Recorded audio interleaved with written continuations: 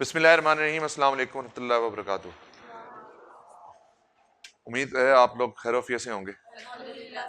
अब बस हमारे तकरीबन 2 से 3 लेक्चर्स हैं थ्योरी के एस्पेक्ट्स के मुताबिक, जिसको आज और मंडे ट्यूसडे तक इंशाल्लाह हम कंप्लीट कर लेंगे। और नेक्स्ट वीक रिमेनिंग डेज में हम चैप्टर 14, चैप्टर 13 और जो टॉपिक आप लोग ऐड करेंगे उसके 6 सेशंस हम प्रैक्टिस के डिवाइस करेंगे और तकरीबन हमारा सिलेबस इंशाल्लाह कंप्लीट हो जाएगा। उसके बाद अगर आप लोगों ने चाहा तो फिर हम उसमें कुछ प्रैक्टिस ऐड कर लेंगे रिस्क असेसमेंट की, कुछ प्रैक्टिस ऐड कर लेंगे हम एविडेंस की, मटीरियलिटी की। ऑलरेडी जितने सवाल थे सारे करवा दिए, उसमें मेरे पास और कुछ भी नहीं है।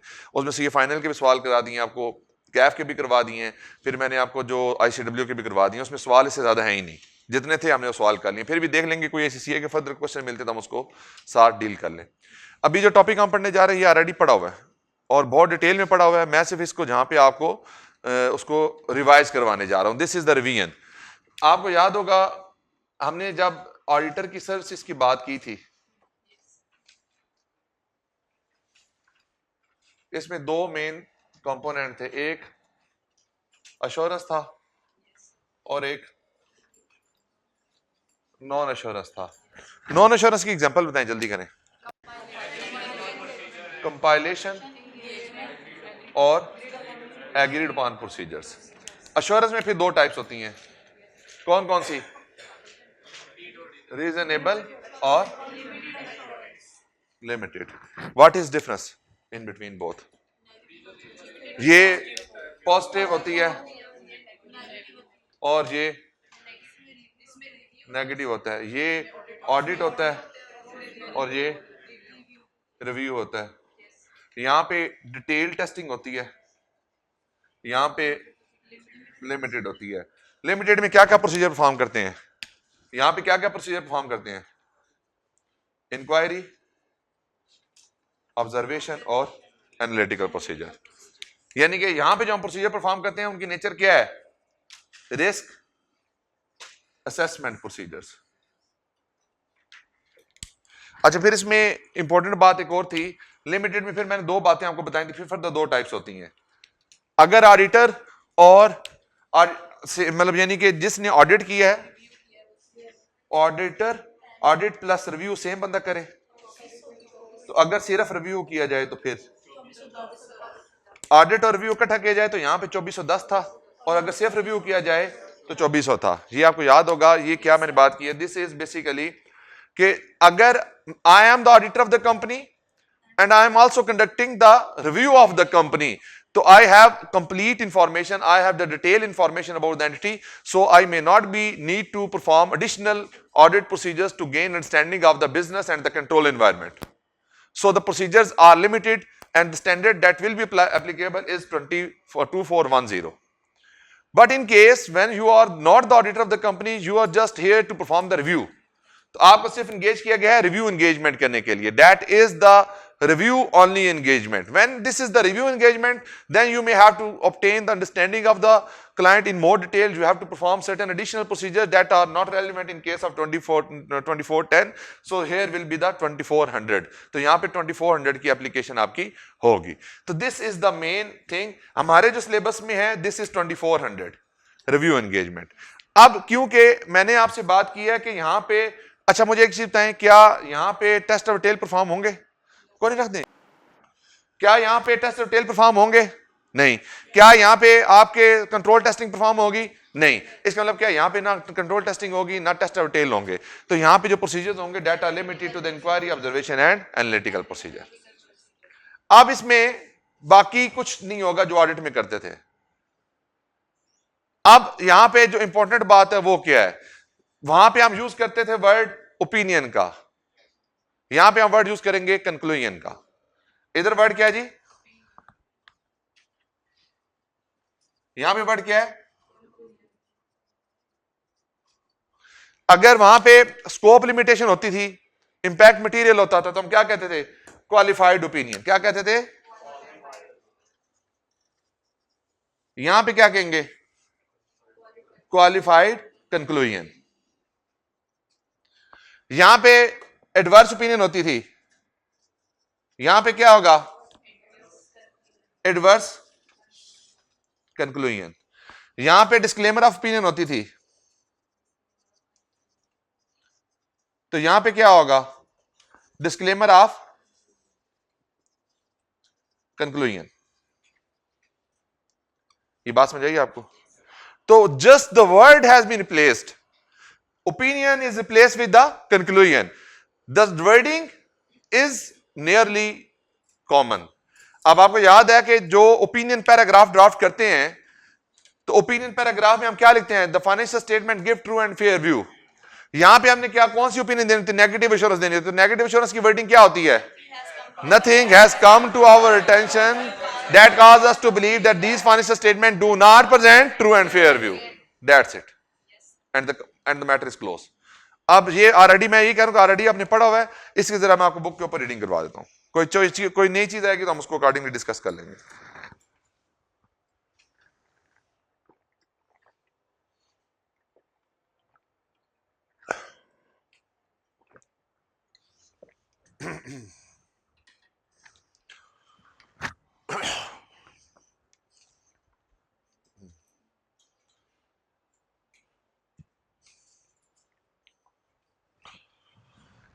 The distinction between the audit and review of the financial information. An audit is form of assurance engagement. The objective of audit is to enable the auditor to form the opinion. ये वही बात हो गई।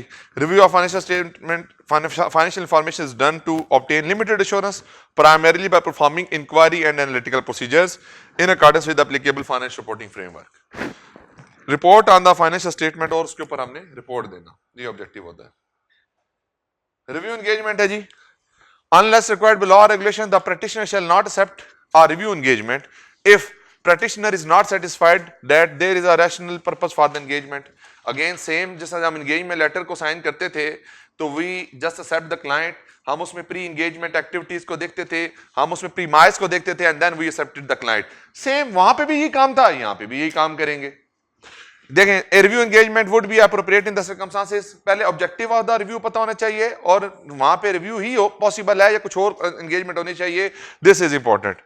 The practitioner has reason to believe that the relevant ethical requirement including independence will not be satisfied, कि अगर हमें पता लगता है कि हम सेटिस्फाई नहीं कर सकेंगे इंडिपेंडेंस की रिक्वायरमेंट, तो हमें उस क्लाइंट को एक्सेप्ट नहीं करना चाहिए। The practitioner has doubt over the management integrity, और अगर मैनेजमेंट की इंटेग्रिटी पे डाउट तो फिर भी हम उस क्लाइंट को एक्सेप्ट नहीं करेंगे। These are the negative form, यानी कि when we will not accept, practitioner shall not accept the engagement. तो ये बेसिकली आपके फिर आगे प्री कंडीशंस हैं। प्री कंडीशंस आर कॉमन, जो ऑडिट में थी और यहाँ पे भी है, सेम है। देखें जी, whether the financial statements, whether the financial reporting framework is acceptable, वहां पे भी यही था, यहाँ पे भी यही है। वहां पे से मुराद क्या है, ऑडिट के केस में चैप्टर नंबर 2 के अंदर। obtain agreement of the management, that is the engagement letter regarding the preparation of the financial statement, internal control और providing practitioner with all information। ये सेम प्रीमाइज है जो आपको उधर था, सेम ही आपका यहाँ पे भी है। फिर आगे एंगेजमेंट एंड परफॉर्मेंस है जी। फिर इसमें engagement, the practitioner shall agree the term of the engagement. आप एंगेजमेंट लेटर में क्या होगा, उसमें ये फैक्टर्स आप इंक्लूड करेंगे। Intended use and distribution of financial statement, identification of applicable financial reporting framework, objective and scope of the review engagement, responsibility of the practitioner. अच्छा, वहां पे ऑडिटर का वर्ड यूज होता है, यहाँ प्रैक्टिशनर का वर्ड यूज होता है। Responsibility of the management, statement that the engagement is not audit, ये एडिशनल है कि ऑडिट नहीं है। And that the practitioner will not express an audit opinion on the financial statement, और हम इसको audit opinion perform नहीं करेंगे, this is additional। Reference to the expected form and content of the report, that is common in the both cases। So only the additional thing is intended use and the statement that audit नहीं है ये वाला, इसके अलावा बाकी common है। अगर paper में सवाल आ जाए रिव्यू एंगेजमेंट में टर्म ऑफ एंगेजमेंट क्या होंगी, आप बेशक ऑडिट वाली लिख के आ जाए, पेपर में नंबर मिल जाएंगे आपको, है ही वो, उसके अलावा कुछ नहीं है। बात क्या है कि एडिशनली से दो चीजें ये लिखेंगे तो that will create some good advantage for you, कि एक तो ऑडिट नहीं है, ये एक मतलब डिफरेंशिएट करेगा उस चीज को, और दूसरा के इंटेंडेड यूज क्या है उसका, या वैसे नॉर्मली उसमें भी होता है इंटेंडेड यूज के बारे में। आगे है जी परफॉर्मेंस ऑफ द एंगेजमेंट। अब बेसिकली बेटा जो बात यहां पे है ना वो क्या है, I just told you about the inquiries. So what is inquiry? Inquiry के बारे में आपको बहुत डिटेल अंडरस्टैंडिंग मौजूद है। इंक्वायरी क्या होती है, किसी चीज के बारे में पूछना। So what, how we will be performing the review engagement. हम फाइनेंशियल्स लेते हैं, हम फाइनेंशियल्स का वेरिएंस एनालिसिस करते हैं। क्या करते हैं? Variance analysis. वेरिएंस एनालिसिस क्या होता है? कंपेयर, वर्टिकल एनालिसिस करते हैं, हॉरिजॉन्टल एनालिसिस करते हैं, एंड रेशियो एनालिसिस करते हैं। उसके अलावा वी अपडेट आवर अंडरस्टैंडिंग अगर हमारे पास इंडस्ट्री में ऑलरेडी काम किया हुआ है तो उसकी अंडरस्टैंडिंग अपडेट करने के लिए हम मैनेजमेंट से कुछ क्वेश्चंस कर सकते हैं, कुछ सवालात कर सकते हैं। फॉर एग्जांपल अकाउंटिंग एस्टिमेट कैसे से बनाते हैं आप, बिजनेस में कोई अपडेट है तो उसके बारे में बता दें, कस्टमर से पैसे आपको मिले या नहीं मिले, को फ्रॉड हुआ या नहीं हुआ, रिलेटेड पार्टी की नेचर क्या है। तो जो ऑडिट में इंक्वायरीज करते थे यहीं पे भी आप वो क्या करेंगे, ऑलमोस्ट वही इंक्वायरीज करेंगे। वहां पे ऑब्जेक्टिव क्या होता था, उस इंक्वायरी की बेस पे रिस्क असेसमेंट करके आप अप्रोच बनाते थे, अप्रोच की बेस के ऊपर प्रोसीजर परफॉर्म करते थे, प्रोसीजर की बेस के ऊपर sufficient appropriate audit evidence obtain करते थे, सफिशिएंट एप्रोप्रिएट ऑडिट एविडेंस की बेस के ऊपर ओपिनियन फॉर्म करते थे। यहां पे ऑब्जेक्टिव क्या है, इंक्वायरी करेंगे अनलेस और अनटिल कोई अनोमली चीज आपको आइडेंटिफाई हो जाए। अनोमली चीज से मुराद क्या है, कोई समथिंग नॉट कॉमन irrelevant कोई चीज identify, then you will extend your inquiry procedure and the other procedure, otherwise you have no responsibility to perform those all items। तो अभी देखें उसमें क्या क्या आएगा जी, home management make the significant accounting estimate, just make inquiry, the identification of related parties and related party transaction, same उधर भी ये करते थे यहाँ पे भी ये इंक्वायरी करेंगे। Whether there are significant unusual or complex transactions, ये हम उधर भी, ये सिग्निफिकेंट रिस्क की बात है ना, सिग्निफिकेंट रिस्क में इंक्वायरी हमारी होती थी, तो यहाँ पे भी सेम आपकी इंक्वायरी वही है। Event or matter including significant transaction occurring near the end of the reporting period, the existence of any fraud or illegal act, ये उसने कोई 10 बातों को इकट्ठा कर दिया, you make separate line items, आपकी अपनी चॉइस है। The existence of any actual suspected or alleged fraud, fraud के बारे में इंक्वायरी कर लें। Whether management has identified or addressed subsequent event, कोई subsequent event आए हैं या नहीं उसके बारे में पूछ लें। The advice of the management assessment for going concern, management assessment going concern की है तो वो उनसे इंक्वायरी कर लें। आगे है जी, if the practitioner identifies significant transaction outside the entity normal course of the business, the practitioner shall inquire of the management. अभी आपने ये सारे काम किए, अगर कोई एडिशनल अनोमली नहीं आती तो your procedure has been concluded. लेकिन अगर कोई चीज आइडेंटिफाई हो जाती है फिर आप उसके ऊपर अपने प्रोसीजर्स को क्या करेंगे, एक्सटेंड करेंगे। फिर आगे अगर एक्सटेंड क्या करेंगे जी, the nature of those transaction, अगर फॉर एग्जांपल वो बताएं कि आपको कोई आग लग गई थी या सैलाब आ गया था या हमें कोविड की वजह से या कोई अनोमलस इवेंट होने की वजह से ज्यादा सेल हो गई थी या हमारे जो कस्टमर थे वो डिफॉल्ट कर गए थे या कंपनी के जो कस्टमर थे वो सारे छोड़ के चले गए, कंपनी गोइंग कंसर्न की असेसमेंट के ऊपर प्रॉब्लम आ गई है। दीज आर द कंडीशंस जो आपको फर्दर क्वेश्चन रेज करने के लिए फौरी तौर पे क्या करते हैं, एक्टिवेट करते हैं। तो अगर कोई सा की चीज आ जाए तो आप क्या करेंगे, नेचर ऑफ दोस ट्रांजैक्शन पूछ लेंगे, whether related party could be involved और the business rational of those transaction, ये डिस्कस करके आप मैटर को क्लोज कर देंगे। अगर उसका कोई इंपैक्ट आता हो तो अकॉर्डिंगली आप उसको देख लेंगे। अच्छा, अब यहां पे गोइंग कंसर्न से रिलेटेड क्या मैटर्स होंगे, that is only one line. तो आपको जितनी लाइन बताई जा रही है आप उस हद तक रिस्ट्रिक्ट रहेंगे। क्या कहते हैं, review of the financial statement including consideration of the entity ability to continue as going concern, in this consideration the practitioner shall cover the same period as the that used by the management. तो जो management ने cover किया period को बस आप उस हद तक अपने आप को रिस्ट्रिक्ट रखेंगे। आगे ओपिनियन पे क्या इंपैक्ट आने हैं और किस तरीके से आने हैं वो आपके सिलेबस का पार्ट नहीं है। So you should not be worried और कंसर्न कि इसको किस तरह से डील करना है। आपके लिए जो रेलिवेंट है वो आपने उसको डील करना है जी।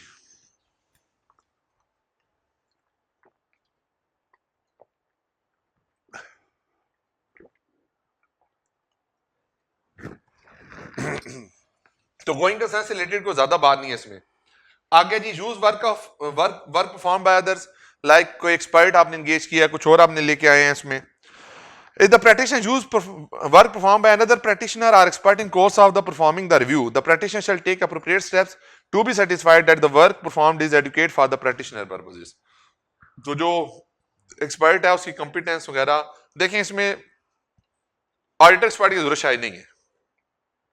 रिव्यू एंगेजमेंट पे एक्सपर्ट की जरूरत, एक्सपर्ट के काम को एक्सपर्ट को के थ्रू रिव्यू कराने की जरूरत नहीं है, अनलेस और अनटिल कोई अनसिग्निफिकेंट चेंज है, अनलेस एंड अनटिल को सिग्निफिकेंट अनयूजुअल ट्रांजैक्शंस आ गई हैं या कोई बहुत ज्यादा वैल्यूज में चेंज आ गया है, तो फिर आप समझते हैं कि अगर कहीं पे आपको उसको रिव्यू कराने की जरूरत है तो फिर आप उसमें रिव्यू एंगेजमेंट के लिए किसी और एक्सपर्ट को एंगेज कर सकते हैं। अदरवाइज यहाँ पे जरूरत नहीं है, आप अपने प्रोसीजर लगा के उसको कंक्लूड कर सकते हैं। लेकिन आपने उसको कंसिडर करना है, यहां पे जो बात की है ना उसने आपने उसको कंसीडर करना है।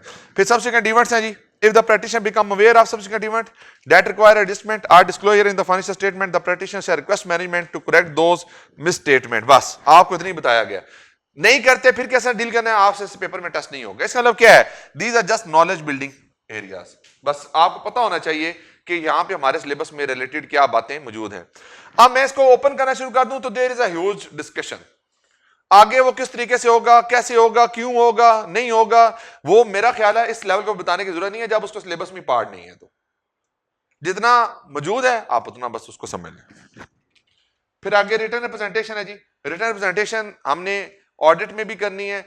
रिटर्न रिप्रेजेंटेशन क्या होती है? Just at the end of the audit we just get confirmation from the management that the what ever the terms have been decided between the management and the auditor through engagement letter and certain additional audit evidences you confirm कि आपने उसके ऊपर हमें सारा कुछ दे दिया।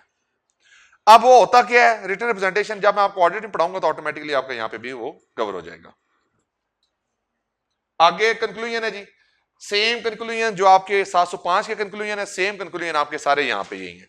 अगर misstatement है, इंपैक्ट मटेरियल है, तो आप उसके ऊपर क्वालिफाइड कंक्लूजन करेंगे। अगर मिसस्टेटमेंट है, इंपैक्ट मटेरियल भी है, परवेसिव भी है, तो आप एडवर्स कंक्लूजन करेंगे।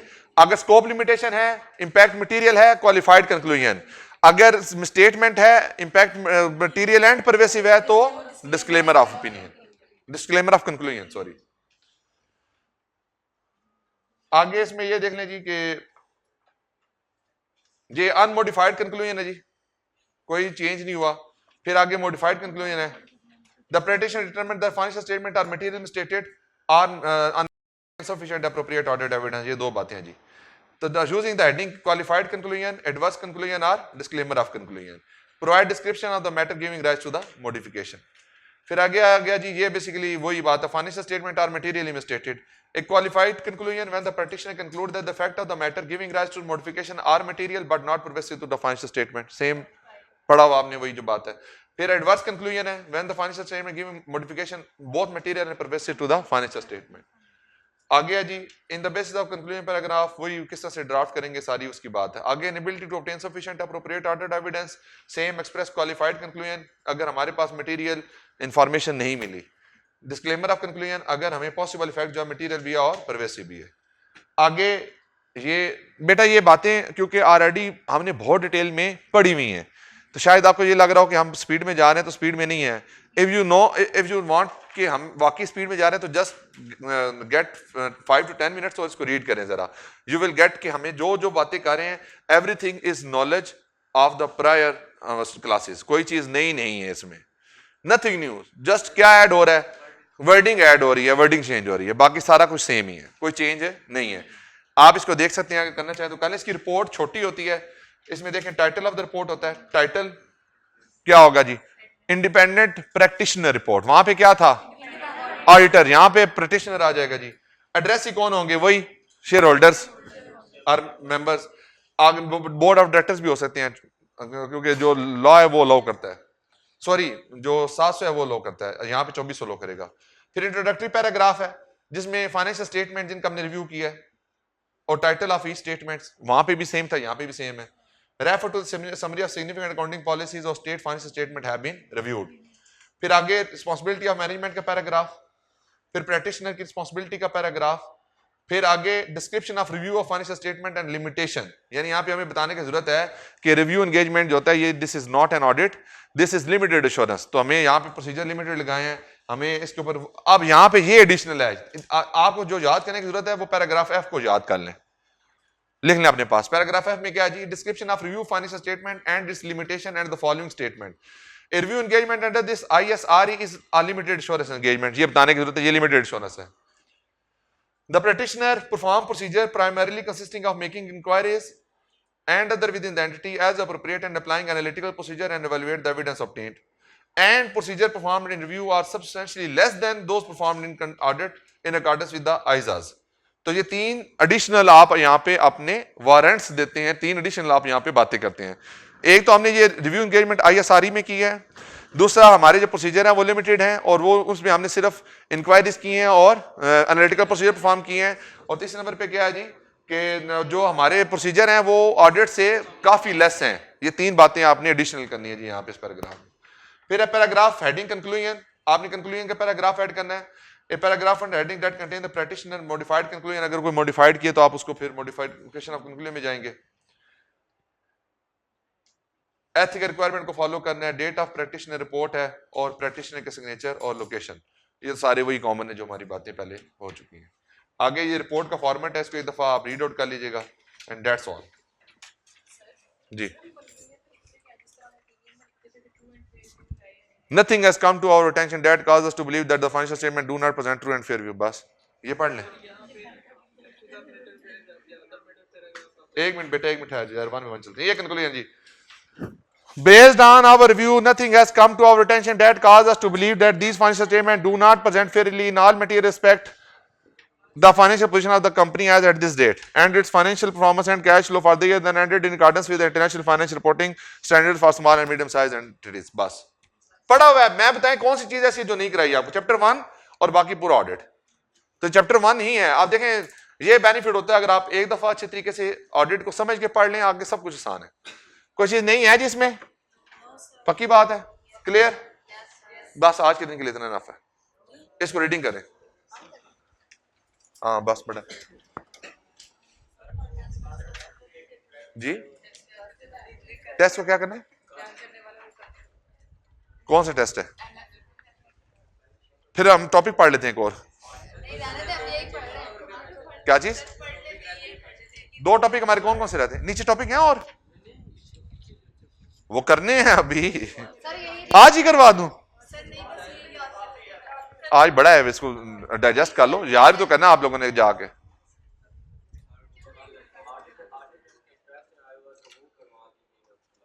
मैं करवा दूंगा। आप देखें अगर आप लोग क्वेश्चन इकट्ठे करें, हम उस जो क्वेश्चन आप 6 प्रैक्टिस सेशन मेरे हैं, बाकी आप अपने क्वेश्चन इकट्ठे कर लें, एक या दो प्रैक्टिस सेशन उस पर भी कर लेंगे। उस वक्त तक सिलेबस कंक्लूडेड कंसीडर नहीं होगा जब तक वो 6 सेशन नहीं होगा, क्योंकि आई बिलीव कि चैप्टर 14 और 13 आप लोगों को ठीक तैयार नहीं है। मुझे ये अंडरस्टैंडिंग बार बार हो रही है, मैं ये बार बार आप लोगों को देख रहा हूं, आप लोगों को बहुत शदीद मसले हैं चैप्टर 14 और चैप्टर 13 में, और आप लोग बोलते भी नहीं है, बात भी नहीं करते, लेकिन मुझे आइडिया हो रहा है। मैं जब क्वेश्चन करवा रहा होता हूं मैं शक्लें देख रहा होता हूं, जो क्वेश्चन करवाऊंगा अगर उसमें से 2 सवाल भी सही पिक कर लिया ना आपने ठीक तरीके से, चैप्टर 14 में उनसे बाहर कुछ नहीं है, मैक्सिमम वही बातें हैं। मैं आपको करवाऊंगा फाइनल के क्वेश्चन इंशाल्लाह, उसमें कैफ के तो करने ही 2-3 सवाल हैं जी। एनी क्वेश्चन नहीं, रीडिंग करें ना, 5-7 मिनट लो लगाए ना।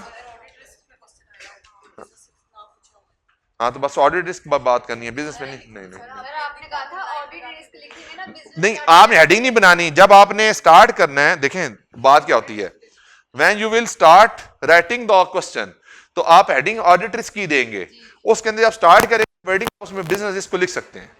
ऐसा नहीं है मैं जो कह रहा हूं मतलब उसमें, लेकिन ऑब्जेक्टिविटी क्या है, ऑब्जेक्टिविटी आपकी ऑडिट रिस्क पे होनी चाहिए। नहीं 5-10 मिनट लगाएं, जो पढ़ा भी इसको अच्छे तरीके से समझे।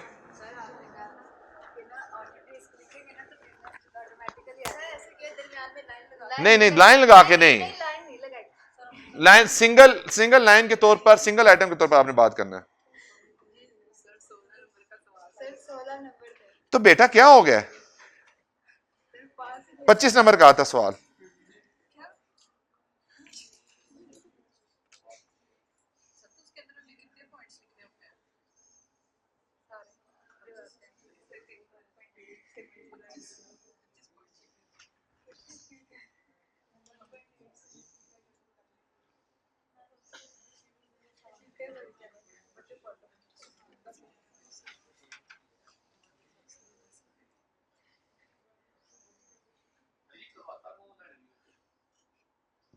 किस चीज का, देखो अब रिव्यू की जो रिक्वायरमेंट है ना, ये लिस्टेड कंपनी के लिए तो लाजमी है कि जो लिस्टेड कंपनी है उन्होंने अपने स्टैट्यूटरी ऑडिटर से ही रिव्यू करवा के देना है 6 मंथली अकाउंट्स का, उसके लिए 2410 की एप्लीकेशन होती है। लेकिन ये वाला जो 2400 है ये कोई भी करवा सकता है, it could be 6 monthly accounts, it could be annual accounts.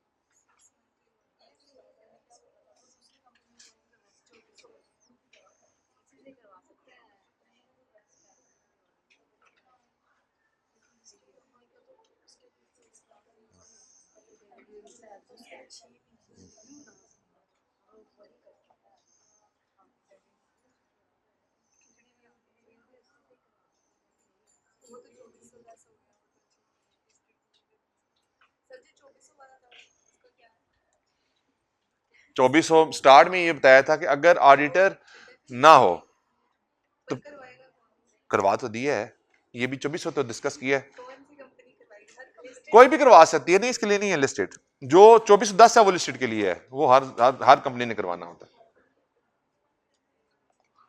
परसों की क्लास में मेरा ख्याल सिलेबस कंक्लूड करते हैं, और कल मैं आज उमैर से कहता हूं कि आज ना प्रैक्टिस सेशन जो कंपाइल कर दे, तो कल मैं भिजवा दूंगा प्रैक्टिस सेशन, आगे पूरा वीक इंशाल्लाह प्रैक्टिस सेशन करके क्लोज करेंगे, फिर जो जो चीजें आपकी तरफ से ऐड होती जाएंगी वो बताते हैं, हम ऐड करते जाएंगे इंशाल्लाह।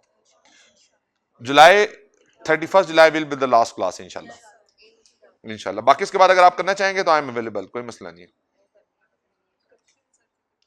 देखें, for the first time in my teaching career इतने लेक्चर्स हुए हैं, मैं आपको पहले बात बता दूं, ये इतने लेक्चर मैंने कभी नहीं करवाए। मैंने, अच्छा मैं एक चीज बताऊं, अगर आप इफेक्टिव थ्रूपुट टाइम देखेंगे ना, हमारी क्लास में बातों का टाइम नहीं होता, हमारे क्लास में जो स्टार्ट और एंड होता है ना वो उसके ऊपर ही होता है, तो इफेक्टिव जो लर्निंग आवर्स है ना डेट आर 100+। अब मैं तो इतने आवर्स के साथ आपकी प्रैक्टिस कम भी हो तो पेपर पास हो जाता है इंशाल्लाह। क्यों, उसकी रीजन बताता हूं। रीजन क्या है, कॉन्सेप्ट्स जो होते हैं ना that are important, question important नहीं है। क्वेश्चन आप देखिए रिपीटेड क्वेश्चन होते हैं, कोई एक क्वेश्चन दूसरे क्वेश्चन के साथ मुख्तलिफ नहीं होता, कॉमन एक जैसे सवालात होते हैं। अगर हर अटेम्प्ट में एक दो सवालात ऐसे नई नई चीजें पूछ लेता है, या 20 से 25 नंबर नए पूछ लेता है जिसके बारे में किसी को नॉलेज नहीं होता, लेकिन आई बिलीव कि मैंने आपको वो चीजें भी बता दी हैं। अब गोइंग कंसर्न है, गोइंग कंसर्न में मैं आपको बताऊं 30% टेस्टिंग हुई है आज तक, मैंने आपको फिर भी 100% पढ़ाया। अगर जो जितने सिनेरियोज हमने बिल्डअप किए थे बुक में भी मौजूद नहीं, अगर कोई पेपर में आ जाए तो आप उसको बिल्डअप कर सकते हैं, लेकिन एक कॉन्सेप्ट की बेस के ऊपर। अब उसके ऊपर सवाल है ही नहीं, मैं क्या करवाऊं आपको, कॉन्सेप्ट है ना, कॉन्सेप्ट आपको दे दिए, आप कॉन्सेप्ट को अच्छे तरीके से समझें। 6 लेक्चर्स जो अगले वीक में इंशाल्लाह हैं plan, that are too important for the chapter 13 and 14 बस। बाकी इसके अलावा मेरे मुताबिक प्रैक्टिस ठीक है, कोई इशू नहीं है उसमें। अगर आपको लगता है कोई कमी है तो आप मुझे बता दें, आई एम अवेलेबल, मैं करवा दूंगा इंशाल्लाह, कोई मसला नहीं। बाकी आप लोग, मैंने खुद पहले भी कहा था, आप पास पेपर्स की बुक लें, किसी भी टीचर की ले लें, आप उसको तैयार करना शुरू कर दें, नहीं समझ आता मेरे से डिस्कस कर लें। आपके जो लेवल ऑफ क्वेश्चंस हैं वो बहुत ऊपर होंगे, वो ऑलरेडी आपने उससे ऊपर ही अचीव किया होगा इंशाल्लाह, उससे नीचे नहीं होंगे आप। जी, एनी क्वेश्चन? हाँ जी, आ सकता है, बिल्कुल आ सकता है, लेकिन हमारे सिलेबस में नहीं है तो मैंने इसलिए बताया भी नहीं है। जी एनी क्वेश्चन? जी नो क्वेश्चन। ले जी, आज की डिस्कशन को यहीं पे करते हैं कंक्लूड, मिलते हैं इंशाल्लाह फिर अगली क्लास में, तब तक के लिए अल्लाह हाफिज।